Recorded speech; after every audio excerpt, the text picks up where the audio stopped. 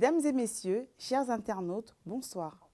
Une fois de plus, nous vous souhaitons la bienvenue au sein de votre émission Info pour tous, qui, je le rappelle, a pour objectif d'analyser certains sujets d'actualité à la lumière de la Bible.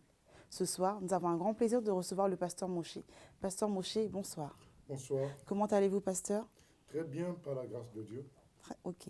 Sans plus tarder, nous allons demander à la régie de nous passer notre première vidéo concernant la charte sur la laïcité. Dès demain, elle sera apposée dans tous les établissements scolaires publics. Une charte de la laïcité en 15 articles. Son objectif, Vincent Peillon le répète, que l'école fasse respecter la laïcité et relaie les valeurs de la République trop souvent ignorées selon lui. C'est d'ailleurs le premier article de la charte. La France est une république indivisible, laïque, démocratique et sociale. L'esprit de cette charte, c'est surtout de rappeler que chacun est libre de ses opinions, mais pas de contester ou de manquer un cours pour des raisons religieuses. Une réserve qui vaut aussi pour les adultes, les enseignants. Les personnels ont un devoir de stricte neutralité, stipule l'article 11.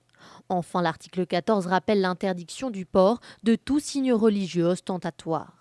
À ceux qui l'accuseraient de vouloir contenir une supposée poussée religieuse, Vincent Peillon se défend. La laïcité n'est, je cite, contre aucune religion.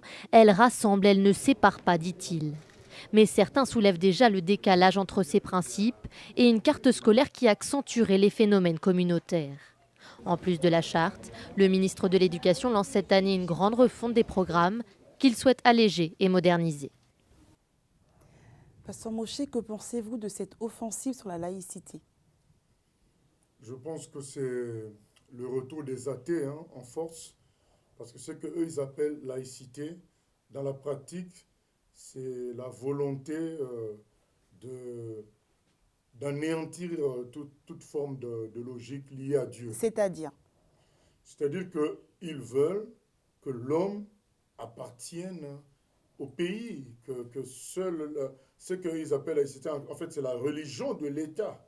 Donc, c'est de l'athéisme voilé, caché.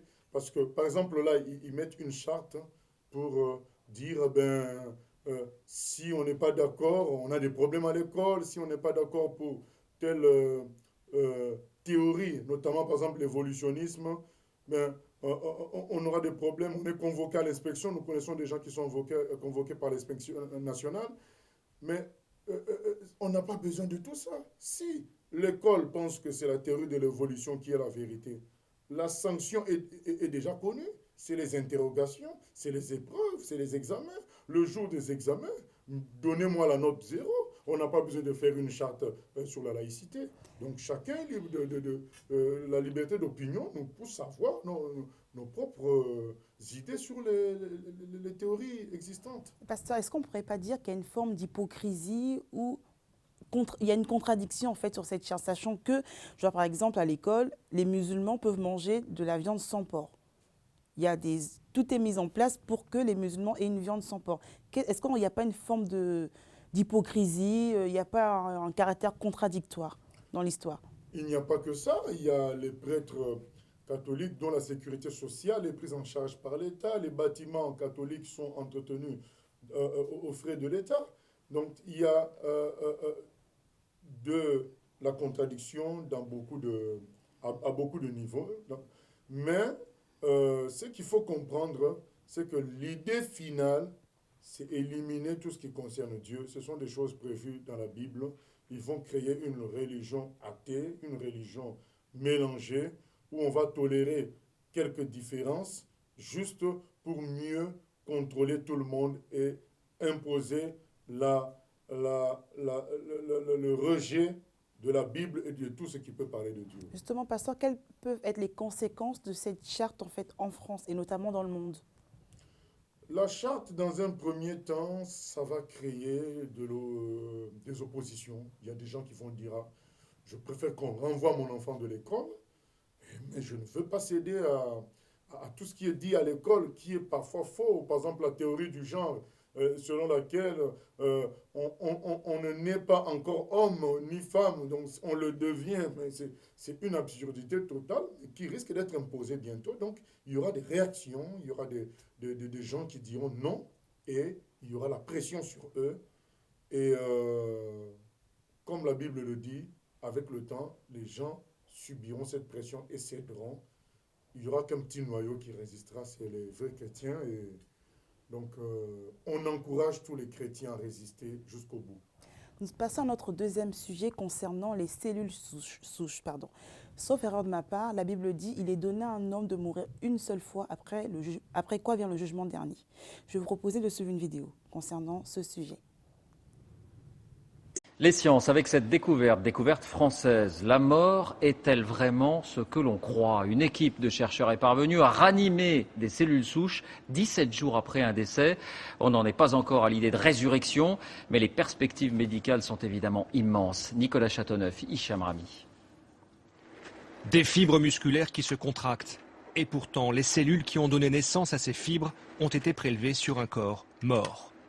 Voici l'incroyable découverte de cette équipe française de l'Institut Pasteur. Les chercheurs ont prélevé quelques grammes de muscles sur 16 patients décédés qui ont légué leur corps à la science. Dans ces tissus, ils ont trouvé quelques cellules souches vivantes, certaines 17 jours après la mort du patient. Ils les ont mises en culture, elles se sont multipliées par millions et ont donné à leur tour de nouvelles cellules musculaires. Avec l'espoir de rendre un jour les greffes de moelle osseuse plus faciles. Ces greffes, vitales pour les malades atteints de leucémie, sont rares et limitées par manque de donneurs compatibles. Un donneur correspond à un receveur, et donc là on a la possibilité, en prélevant des gens après leur mort, de pouvoir obtenir bien plus de donneurs que ceux actuellement inscrits sur les registres. La découverte de ces cellules qui résistent plusieurs jours à la mort est une surprise. Privées d'oxygène après le décès, elles se débarrassent de leurs réserves d'énergie et se mettent en veille pour résister à un milieu devenu hostile. Une découverte étonnante qui va alimenter un peu plus l'insatiable curiosité des scientifiques vis-à-vis des cellules souches. Pasteur, est-ce qu'on peut dire que l'homme veut être maître de son destin? Depuis toujours, c'est ce qu'il a voulu, depuis la tour de Babel. Mais ça a toujours échoué, et comme cette histoire va échouer aussi. Vous en êtes sûr? Je suis sûr. Et déjà, quand on dit résurrection, mais la résurrection, c'est le mort qui doit reprendre la vie. C'est pas parce qu'on prendrait une cellule et qu'on clonerait la cellule. Mais cette cellule fait partie de son corps, c'est l'homme, elle fait partie de cet homme-là. Mais lui, il reste couché, et puis on va inventer autre chose. C'est pas de la résurrection. La résurrection, c'est le corps mort qui doit revenir à la vie. Donc on sent déjà une attaque contre la Bible. On veut dire, nous, on peut fabriquer la résurrection. C'est très faux. Le mort, il est resté mort. On a pris quelques cellules et ce sont ces cellules qui se sont multipliées. Ça, c'est pas la résurrection. Mais c'est Dieu qui donne l'intelligence à l'homme de faire toutes ces choses-là. Dieu nous a donné plein de choses pour nous rendre heureux, pour nous rapprocher de lui, pour nous approcher de lui, pour le chercher. Mais nous, on s'en sert pour nous éloigner.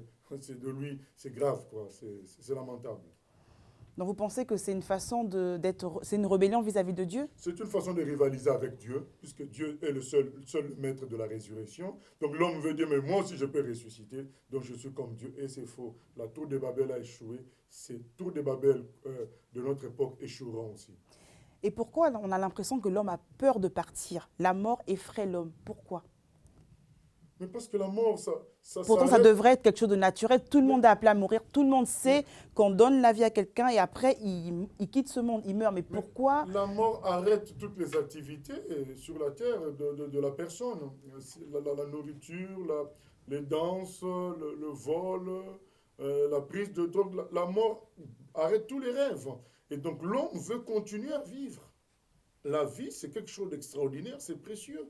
Et c'est pourquoi l'homme a peur de la mort, puisque la mort enlève la vie. Mais normalement, ça devrait le conduire à chercher celui qui peut donner la vie, celui qui peut ressusciter.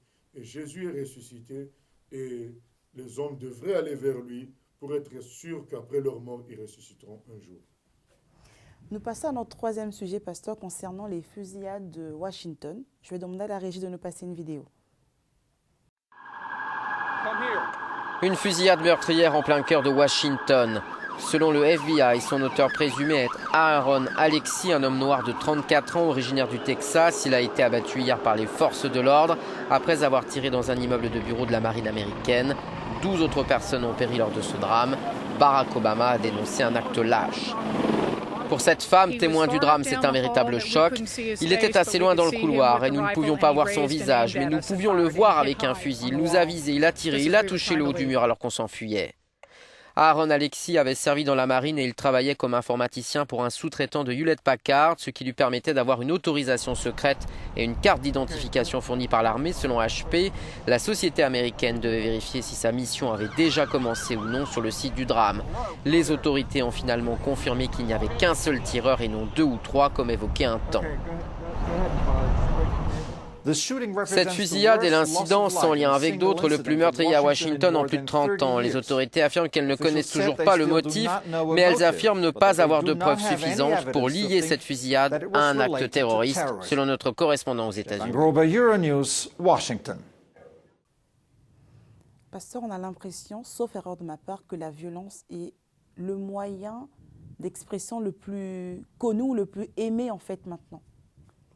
Oui, parce que les moyens d'expression dont on se serait attendu pour dire ce qu'on pense ne jouent pas le jeu, ne font pas le travail. Il y a la télévision, la radio, mais pour avoir accès et dire ce qu'on pense, les journaux, tout est contrôlé, téléguidé par les forces qui dirigent Justement, le monde. on a l'impression que l'homme est téléguidé. Oui, les forces qui dirigent le monde maîtrisent donc ces moyens de médias et donc les hommes se retrouvent à n'avoir comme seul recours que des actes de ce genre-là. Et c'est de Même plus si en nous plus n'encourageons violent pas aussi. ça, oui, c'est de plus en plus violent parce que il y a des contradictions. Par exemple, aux États-Unis, on laisse la possession des armes libres, même des armes semi-automatiques. Donc, c'est des armes de guerre. On les vend normalement et on s'attend à ce qu'il y ait la paix. Et oui, c'est pour qu'ils se défendent. Oui, Le mais but, quand- c'est oui. parce que les gens ils s'en servent à mauvais escient, mais le but, on est bien d'accord, c'est pour qu'ils se défendent eux, en fait. Mais c'est ça le but initial. Mais un jour, quand tu es en colère, si tu n'as qu'un chiffon à côté de toi, tu donnes un coup de chiffon, ça va faire quoi? Ça va faire que fuir quelqu'un ou rigoler. Mais quand tu es en colère, mais c'est l'arme que tu as à côté de toi, tu l'utilises. L'humain, c'est cela. Il utilise ce qui est à côté de lui. Voilà, donc il faut maintenant savoir, vous laissez les armes en circulation et vous vous attendez à ce qu'il y ait la paix. Et c'est aussi, tout ça montre que le paradis n'est pas sur terre. Je crois que beaucoup d'Africains et d'Asiatiques croient que les États-Unis c'est le paradis, mais on voit que ce n'est pas le paradis. Chaque pays a ses mots, on va dire. Voilà, les mots sont sur la terre parce que le péché est sur toute la terre. Est-ce que vous pensez que les jeux vidéo peuvent favoriser cette violence? Oui, parce que les jeux vidéo banalisent donc, la violence. Donc on peut même prendre le rôle de quelqu'un qui tue, le rôle de quelqu'un qui vole, qui fait des cambriolages. Voilà. Alors, les armes, c'est devenu quelque chose comme dans certains pays, on utiliserait la cuillère là-bas. Donc, et c'est ça la conséquence, c'est que bon, quand on est en colère, on prend son arme et on en use. Est-ce que c'est un péché, la colère? La colère devient péché lorsqu'on la laisse nous dominer et nous faire des mauvais actes répréhensibles par la parole de Dieu. Mais la colère, oui, mais par exemple, si tu tombes dans la colère et que ça t'amène à injurier, là tu as péché. Mais si, parce que la colère c'est comme la peur, on ne prévoit pas ça. Oui. Ça vient, ça nous surprend, mais après, il nous faut la chasser.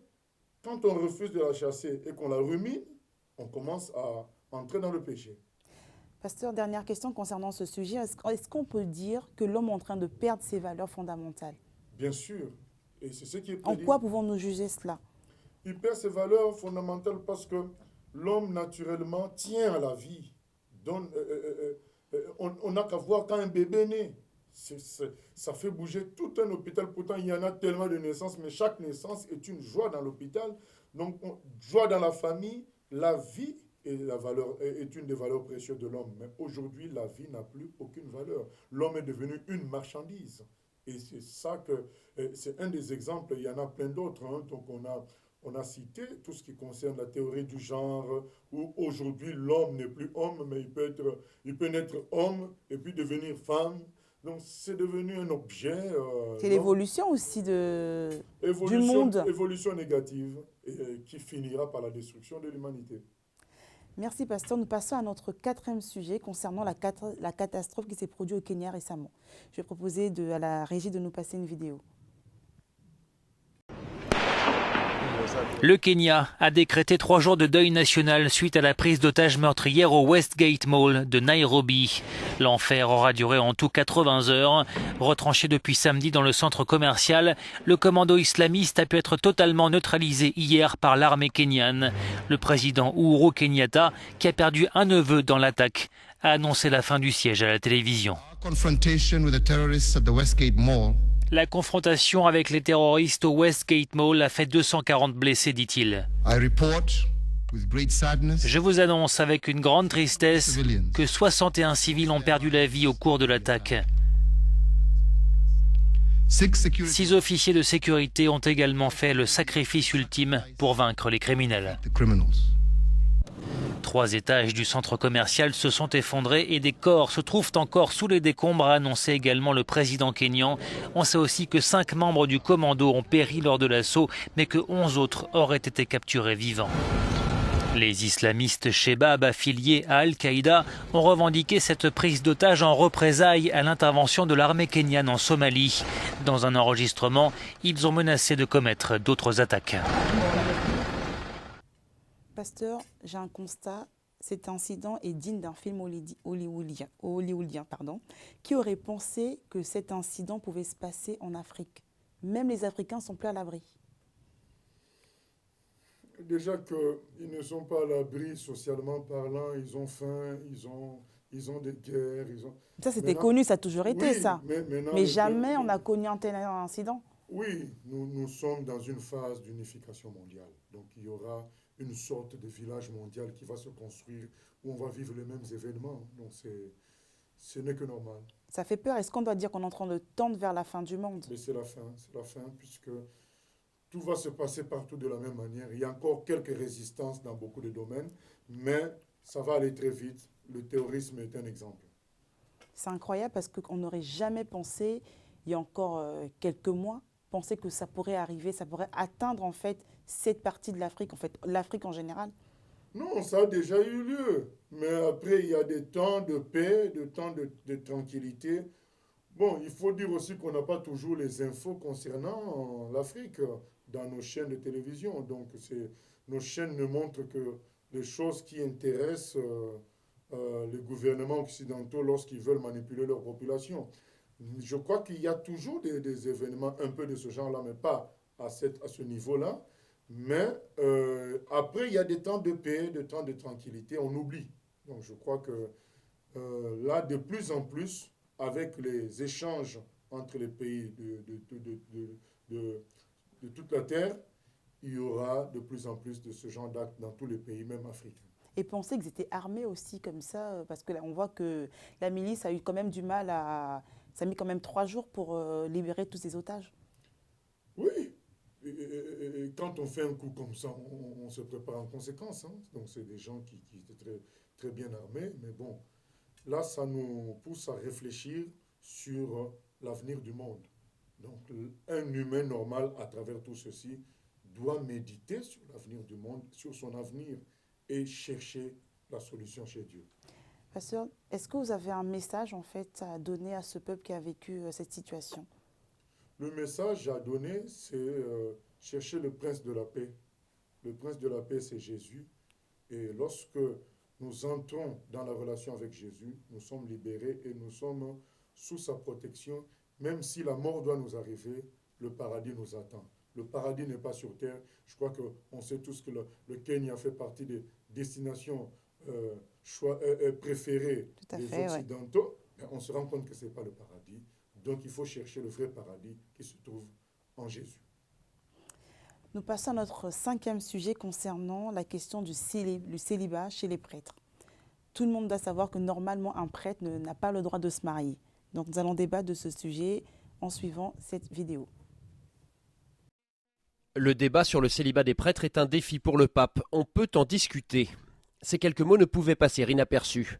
D'autant qu'ils ont été prononcés par le nouveau numéro 2 de l'Église catholique, Pietro Parolin, lors d'une interview dans un journal vénézuélien, pays dans lequel il était ambassadeur du Vatican ces dernières années. Le cardinal y rappelle notamment que le célibat des prêtres n'est pas un dogme. C'est une tradition tradition qui a été codifiée au Moyen-Âge. Le dogme, c'est la révélation, c'est l'évangile. Jamais Jésus, dans l'évangile, n'a dit que les prêtres devaient être célibataires. D'ailleurs, dans l'Église catholique, il y a des prêtres mariés déjà. Il y a d'anciens anglicans, il y a les prêtres des églises d'Orient qui sont mariés. Même si un vrai débat s'ouvre sur le sujet, le célibat des prêtres risque de durer encore très longtemps en Occident. Il faut savoir que l'Église, c'est vrai qu'elle agit sur le temps long. Elle a quand même 2000 ans d'histoire. Cette histoire de célibat des prêtres, ça a mis un bon millénaire à se mettre en place. Ça a tenu ensuite pendant à nouveau un bon millénaire. Donc poser la question, engager une réflexion, oui. Dans les toutes prochaines années, revenir sur une tradition millénaire, non. Cette déclaration du nouveau bras droit de François montre encore une fois la volonté du pape de faire bouger certaines lignes. Pasteur, est-ce qu'on peut dire que le catholicisme est en train de changer ou plutôt d'évoluer? Le catholicisme ne va pas changer. Ça fait 2000 ans, on a suivi ça dans le document. Ça fait 2000 ans que ça existe. C'est un vieux loup. Il ne va pas changer comme ça. C'est des discours. Oui, mais quand même, on voit qu'ils sont en train d'essayer de tendre vers la perfection, de tendre au mieux de faire comme tout le monde, en fait, de ne pas être une identité remarquable. Vous n'aurez aucun exemple de changement de tradition catholique, ni de dogme catholique, depuis que Mais là, la preuve, ils sont ouverts. M. François et le pape, il n'y a rien qui n'a changé. Mais ils sont quand même ouverts à l'idée que les prêtres se marient. Mais la discussion, c'est pas le changement. Ça ne va pas changer. Ça a été toujours comme ça. Les gens ont toujours cru que à la venue d'un nouveau pape, les choses changeront. Mais ils ont été toujours déçus, ils ont été toujours surpris par la réalité. C'est que le catholicisme, c'est une grande mafia ancestrale et qui tire sa force du fait qu'elle ne change pas, justement. Justement, pasteur, en s'ouvrant à certaines pratiques, est-ce que le catholicisme est en train de reconnaître qu'ils se sont certainement trompés? En s'ouvrant à quelle pratique? Par exemple, ils sont ouverts, quand ils l'ont dit là, ils sont ouverts à ce que les prêtres se marient. Le dialogue est ouvert. Donc ça peut se faire aussi. Non, mais moi je vous dis que ça ne se fera pas. Ce n'est pas la première fois que la discussion soit posée. Bon, en considérant que ça va se faire, est-ce qu'on peut dire que cette ouverture, en fait, est-ce que ce n'est pas aussi une façon pour eux de reconnaître qu'ils sont dans l'erreur, qu'ils ne font pas toujours les choses qui sont recommandées dans la Bible? Parce qu'il a dit même dans le reportage que la Bible ne dit pas que le prêtre ne doit pas se marier. Est-ce que ce n'est pas aussi une façon de... Oui. Mais ce qui est grave, c'est que la Bible ne dit pas non plus qu'on doit avoir des prêtres, des papes, tout ça. Donc, si la Bible ne dit pas qu'on ne doit pas se marier, et les prêtres ne doivent pas se marier, déjà la Bible n'en parle même pas des prêtres, des papes, des cardinaux, tout ça. Donc, tout ça doit être éliminé. Donc, c'est ça l'erreur, la grande erreur du catholicisme. Toute la structure est fausse bibliquement parlant. Mais maintenant... Je vous dis que... Et tous ces catholiques ne se sont pas rendus compte que la doctrine, la façon de penser, les prêtres, comme vous dites, les cardinaux, personne ne s'est rendu compte que c'est de la fausseté, en fait. Il y a des intérêts humains. Donc, quand tu n'achètes plus de vêtements, tu ne payes plus ton loyer, tu es pris en charge, il y a le succès, il y a tout ça. L'homme est enferré dans ça et il a du mal à s'en sortir. Ceux qui s'en rendent compte et qui veulent vraiment de Dieu quittent le mouvement. Mais ceux qui sont déjà pris dans le piège de l'aisance, de la gloire, ils y restent sachant que c'est faux. Est-ce que vous pensez que c'est facile de changer de côté comme ça, du jour au lendemain, changer de côté comme ça? Si on veut vraiment de Dieu, c'est facile. Si c'est Dieu qu'on cherche. Mais après, ils peuvent se dire... Il y aura des difficultés, mais on préférerait souffrir plutôt que de rester. Mais il y en a qui se disent aussi que c'est le même Dieu, pourquoi je partirais, bien que les pratiques ne suivent pas toujours la Bible, mais c'est le même Dieu que vous comprenez. Ce n'est pas la même parole, on ne va pas dire... Mais on parle bien de Jésus-Christ, on parle qu'il nous a sauvés, la résurrection, Dieu il est mort, il est revenu à la vie, c'est la même chose, c'est la même Bible. Lorsque nous prenons le code pénal ou le code civil du Maroc, en lisant ça, on ne va pas dire ça c'est le code civil ou pénal des États-Unis. C'est pas le... Donc, quand on va voir la différence entre ces deux codes, on va comprendre qu'on a affaire à deux pays différents. Parce que déjà, un exemple, au Maroc, on est musulman. Alors qu'aux États-Unis, ce n'est pas le cas. Donc, je crois que quand on lit les deux codes, on va dire, tiens, on a affaire à deux pays différents. Donc, on ne peut pas dire d'un côté, on a des façons de faire, on a des logiques, des théories contraires à la Bible et dire que le Dieu de la Bible, c'est notre Dieu. Non, ça donc, vous voulez insinuer que le Dieu des catholiques n'est pas le vrai Dieu? Ce n'est pas le véritable Dieu. C'est une supercherie. Merci, pasteur. Nous finissons cette émission avec notre dernier sujet concernant en fait un père de famille qui a pardonné aux assassins de son fils. Je propose de suivre une vidéo à ce propos. J'aimerais tout simplement qu'on puisse regarder ensemble un reportage, donc juste un extrait, qui nous montre un cas de persécution au Bangladesh.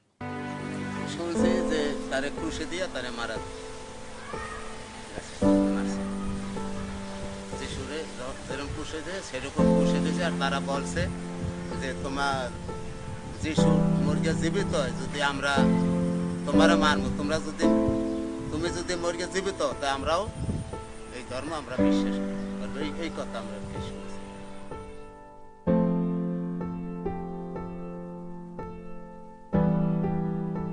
হৃদয়ের নাম নিয়ে প্রভু যিশুর নাম নিয়ে প্রার্থনা করে সমস্ত রোগী সঙ্গে সঙ্গে সুস্থ হয়ে যায়, কারণ আমরা ক্ষমা করবো না। আমার পিতৃশ্বর তো আমাদের ক্ষমা করেছে, আমরা ক্ষমা করে দিয়েছি, তাদের উপর আমাদের কোনো দণ্ড দেয় না।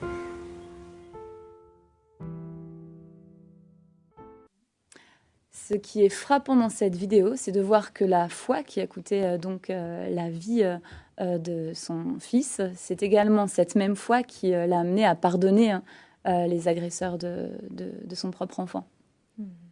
N'est-ce pas que c'est beau, pasteur? Oui, c'est extraordinaire.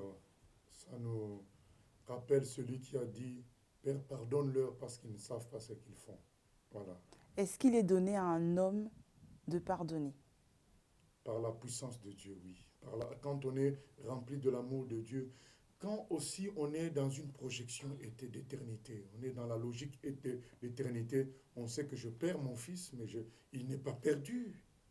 Il va vivre avec Jésus. Il faut vraiment avoir la foi pour penser comme ça. Mais effectivement. Donc c'est donné aux vrais chrétiens. Et ces persécutions qui paraissent si dures sont aussi des moyens de l'élévation des chrétiens dans la véritable foi. Voilà. C'est triste, mais en même temps c'est puissant.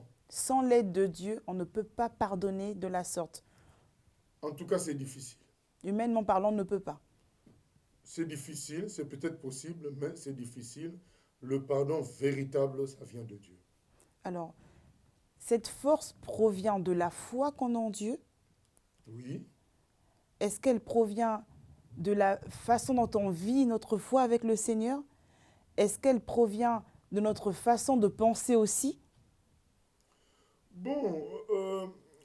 Ou de voir les choses tout simplement? Non.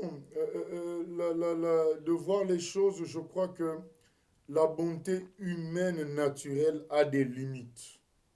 Et ces limites peuvent être atteintes dans ce genre de cas où on te prend ton fils et on a vu des gens atteindre leurs limites de bonté naturelle. Nous avons besoin de la bonté surnaturelle et infinie qui vient de Dieu pour pouvoir vaincre ce genre de lutte intérieure où il y a une force qui te pousse à la vengeance, mais tu te dis, si je me venge, je perds ma foi, je perds le combat pour lequel j'ai consacré toute ma vie. La dame a dit, pour clôturer, elle a dit, la même foi qui a causé la mort de son fils, mais c'est cette même foi-là qui a permis l'obtention, donc le don du pardon. Voilà, c'est la même foi. Dernière question, pasteur. Est-ce que le pardon est une preuve d'amour? C'est la preuve d'amour par excellence. On peut pardonner quelqu'un sans pourtant dire qu'on l'aime? Son ennemi, est-ce qu'on peut pardonner son ennemi? Ah oui, c'est ça. Pourtant, on est censé ne pas aimer son ennemi. On est censé ne pas l'aimer naturellement, mais bibliquement, il nous est dit dans Matthieu 5, aimez vos ennemis, faites-leur du bien, parce que votre Père céleste est parfait, lui qui fait pleuvoir sur les bons et les mauvais. Voilà qui nous devons imiter, notre Papa qui veut sauver tous les humains, même quand ils sont mauvais, il veut quand même les sauver parce qu'il est amour. 1 Jean 4:8, Dieu est amour. Merci, pasteur. Chers internautes, nous finissons notre émission sur cette belle note. Merci de nous avoir suivis. Nous vous disons à très bientôt.